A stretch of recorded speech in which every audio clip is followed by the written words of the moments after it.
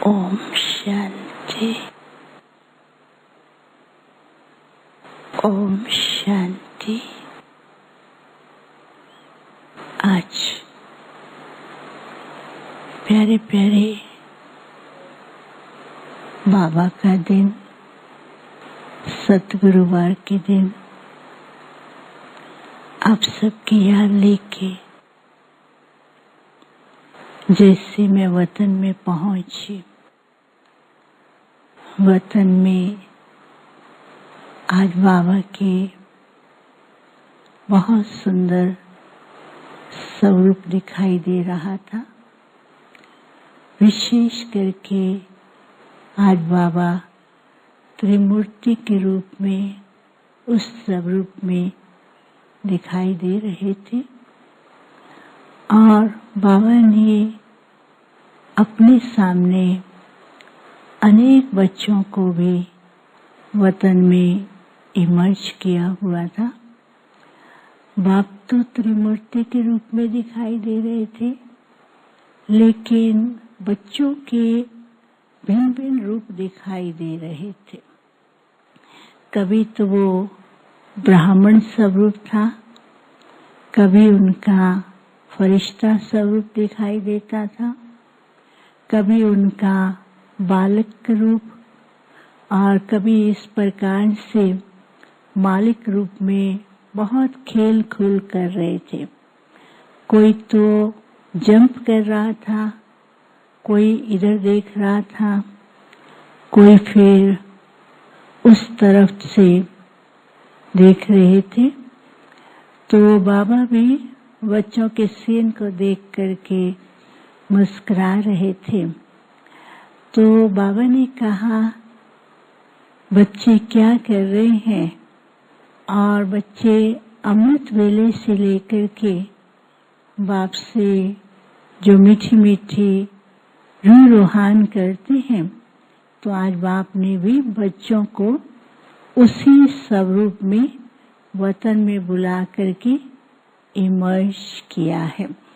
तो पहले बाबा ने कहा कि बच्चों के भिन्न भिन्न स्वरूपों को देखकर बाप को खुशी भी होती है, नाज भी होता है और बाबा देखते हैं कि मेरे बच्चे किस किस स्थिति से गुजर रहे हैं और कैसे परिस्थितियों से भी पार करने की कोशिश करते हैं।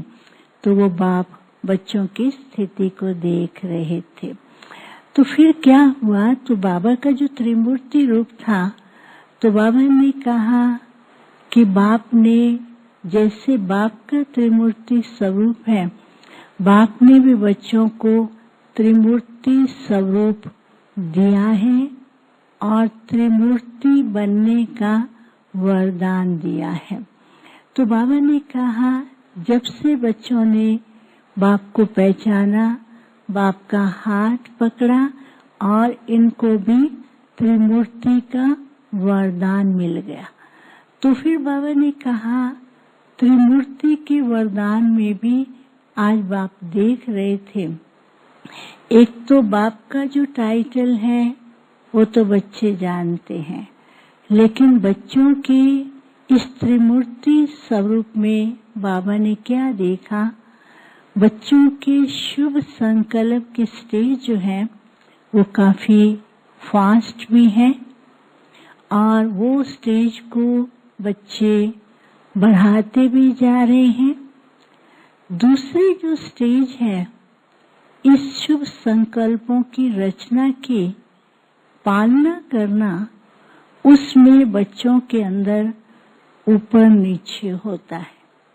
कुछ करते हैं और कुछ करने के साथ साथ बच्चों के अंदर जो अभिमान या अहम या मैंपन, ये जो बातें आती हैं, उस स्टेज के अंदर काफी उथल पथल होती रहती है। तो उथल पुथल में फिर से बाबा ने दिखाया, एक जो है बहुत ऊंचा जंप कर रहा है, लेकिन जंप करता है तो उसको नीचे उतरने का रास्ता नहीं दिखाई देता। दूसरा जो उसके अंदर कोई बैलेंस नहीं था, ऐसे अनबैलेंस की तरह से वो उड़ रहा है लेकिन उसको बैलेंस दिखाई नहीं देता था।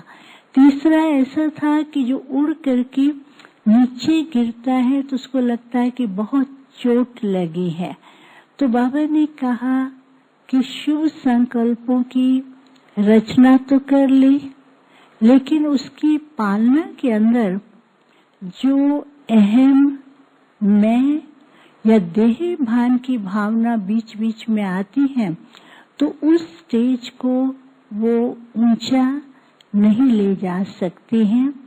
ऊंचा भी जाते हैं, उड़ते भी हैं, लेकिन बैलेंस नहीं रहता है, अनबैलेंस हो जाते हैं। तो तीसरी स्टेज में बाबा दिखा रहे थे परिवर्तन। बाबा ने कहा तीसरी स्टेज है, दुनिया वाले विनाश कहते हैं, लेकिन बाबा के बच्चों के लिए है परिवर्तन। तो बाबा ने कहा आज बाप हर एक बच्चे के परिवर्तन की स्टेज को देख रहे थे। तो परिवर्तन में बाबा ने क्या देखा, कभी तो वो फरिश्ता रूप बन जाते थे, कभी धीरे से वो फरिश्ते से उतर करके एक साधारण स्वरूप धारण करते, कभी कभी वो देवताई स्वरूप को सामने लाते थे, लेकिन वो बनते नहीं थे, उस स्वरूप को सामने लाते थे। तो बाबा ने कहा कि किस प्रकार से परिवर्तित होकर के इन स्वरूपों का इस संगम युग के अंदर अनुभव करना है, वो भी बच्चे अभी उस स्टेज के सामने आते हैं, लेकिन उसके स्वरूप का अनुभव कम है। तो बाबा ने कहा जैसे बाप जो है संगम के अंदर अनेकों ही स्वरूपों के द्वारा, अनेकों ही संबंधों के द्वारा बच्चों को अनुभव कराते हैं, प्राप्ति कराते हैं, और लास्ट में बाप का स्वरूप तो बच्चे जानते ही हैं कि बच्चे परिवर्तन के आधार से बाप के लास्ट के स्वरूप को भी बहुत अच्छी तरह से अनुभव करेंगे। तो बाबा बता रहे थे कि बच्चों की अभी स्टेज जो है वो काफी आगे बढ़ भी रही है, लेकिन जो सृष्टि रची है उसके अंदर बैलेंस नहीं है।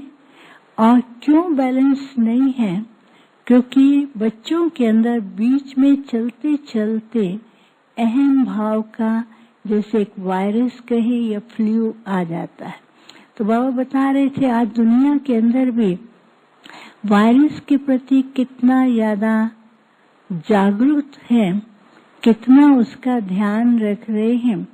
तो बच्चों को भी क्या करना है, ये जो वायरस आता है मैंपन का, अहम भाव का या कभी भी रोग का, तो ये वायरस जो है आत्मा की स्थिति को पावरफुल नहीं बनने देता और उन्हीं स्वरूपों का अनुभव करने नहीं देता। तो फिर बाबा क्या कर रहे थे, जैसे बाबा बच्चों को देख रहे थे, दृष्टि दे रहे थे, और दृष्टि देते देते बाबा ने क्या किया, हर एक के मस्तक पर ऐसी उंगली के द्वारा, ऐसे उंगली बाबा की जैसे टच हो रही है, वो टच होते ही हर एक का एक फाइनल स्वरूप दिखाई देता था। तो बाबा ने कहा बच्चों को क्या करना है कि अपनी स्व स्थिति, ओरिजिनल स्वरूप की स्थिति में टिकेंगे तो ये जो अनेक प्रकार के फालतू संकल्पों के जो वायरस आ रहे हैं, तो ये वायरस जो है इस पावरफुल स्थिति के द्वारा स्वतः ही खत्म होते जाएंगे। दुनिया उस वायरस के प्रति इतनी भयभीत है, लेकिन बच्चों को बाबा ने अपनी स्थिति को पावरफुल बनाने के लिए साधन भी दिया है, अभ्यास भी कराते हैं। बाबा वतन में बुला करके बच्चों को उस स्वरूप में बिठाते भी हैं, तो बच्चों को इस अभ्यास को और बढ़ाना है और त्रिमूर्ति स्वरूप का खुद भी अनुभव करके दूसरों को भी वैसा ही स्वरूप बनाना है। फिर तो मैंने बाबा को भोग स्वीकार कराया और भोग स्वीकार कराने के बाद बाबा फिर मुस्कुरा रहे थे। बाबा ने कहा, देखो बच्चे, अभी समय अनुसार फाइनल स्टेज की ओर आगे बढ़ रहे हैं, लेकिन उस स्टेज की ओर बढ़ने से पहले खुद के ऊपर, स्वस्थिति के ऊपर विशेष ध्यान देना है और हर रोज अपने आप को स्वस्थिति के लिए कोई न कोई पावरफुल संकल्प देते रहें, तो जल्दी ही विशेष अनुभव करेंगे, औरों को भी कराएंगे। फिर तो बाबा ने सबको बहुत याद दिया। अच्छा, ओम शांति शांति। बाबा के पास जब वतन में जा रही थी, जाने के साथ बहुत ही सुंदर बाबा की याद का सुकून मिल रहा था। ऐसे लग रहा था कि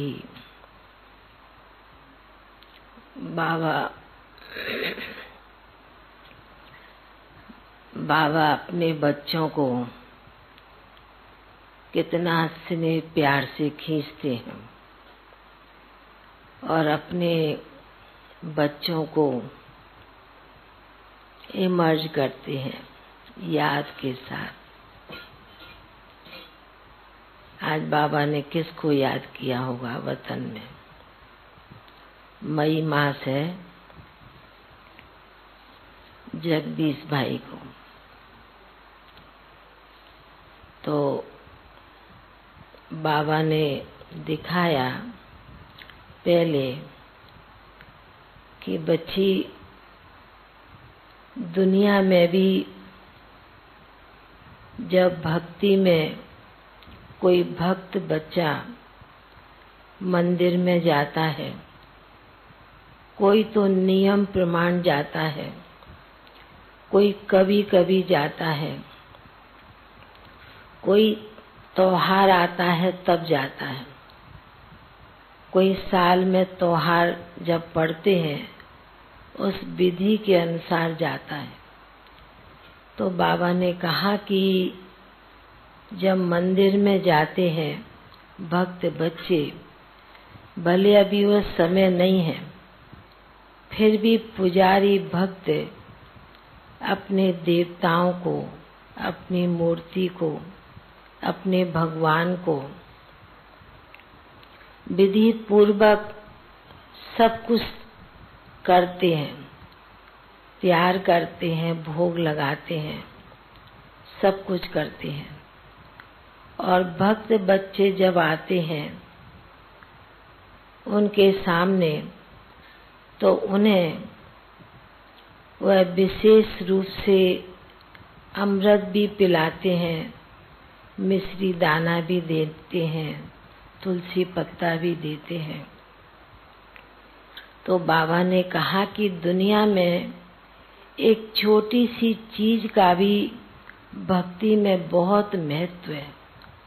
उस महत्व के कारण अमृत का भी महत्व है, तो तुलसी पत्ते का भी और मिश्री दाने का भी। तो भक्तों की इतनी भावना उस मंदिर के साथ लगी रहती, जुटी रहती है। तो बाबा ने कहा कि आप बच्चे तो विशेष रूप से जो अभी समय चल रहा है, और आप बच्चों का तो विशेष यही कर्तव्य है कि भले हर एक बच्चे अपने यथा शक्ति, यथा योग्य, अपने समय के अनुसार बाबा से शक्ति ले रहे हैं, अन्य आत्माओं को भी शक्ति दे रहे हैं। वह पुरुषार्थ, वह प्रयास बच्चे उसमें लगे हुए हैं। पर बाबा ने कहा कि आप सभी बच्चे विशेष रूप से, क्योंकि जैसे वो ब्राह्मण ये 3 चीज देता है, ऐसे आप बच्चे भी सच्चे ब्राह्मण हो। और आप सच्चे ब्राह्मण विश्व के गोले पर आधार मूर्त हो। तो जो भी समय के अनुसार जैसी भी आत्माएं हैं, जैसा भी समय चल रहा है, हर आत्मा को बाबा ने कहा जिस चीज की जरूरत है, चाहे शांति की, चाहे शक्ति की, चाहे आनंद की, वो विश्व के गोले पर बैठकर उन आत्माओं को इमर्ज करते, दुखी अशांत आत्माओं को, उनको मर्ज करके बाबा ने कहा आप बच्चे इस चीज का पुरुषार्थ करो, ये चीज अन्य आत्माओं को दो।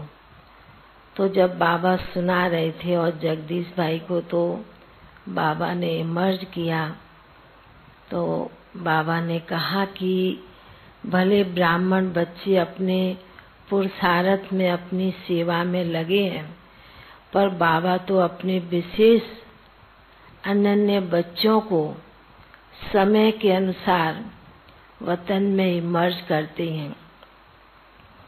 क्योंकि बच्चा भी सूक्ष्म रीति से, क्योंकि साकार में भी जिस प्रकार की सेवा की है और सेवा के साथ बना हुआ था बच्चा, तो बाबा ने कहा कि अभी जहाँ पर भी है, जिस स्थान पर भी है, बच्चे की बुद्धि बहुत विशाल रीति से, तीव्रता से बहुत अपना काम कर रही है।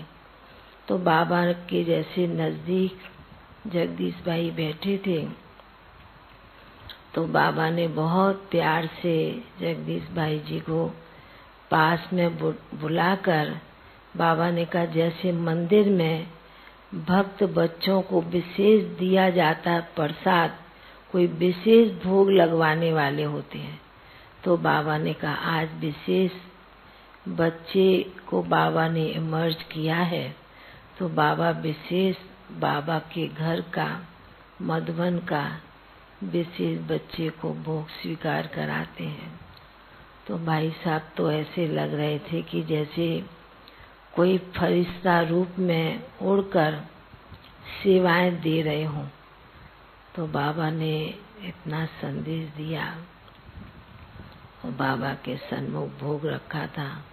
बाबा ने भी आज जिन भी आत्माओं के प्रति भोग था, उनकी भी बाबा को याद प्यार दी और बाबा ने उन्हें भी बहुत प्यार से इमर्ज करते भोग भी स्वीकार कराया और फिर सभी भाई बहनों को भी बहुत बहुत स्नेह भरी याद प्यार दिया।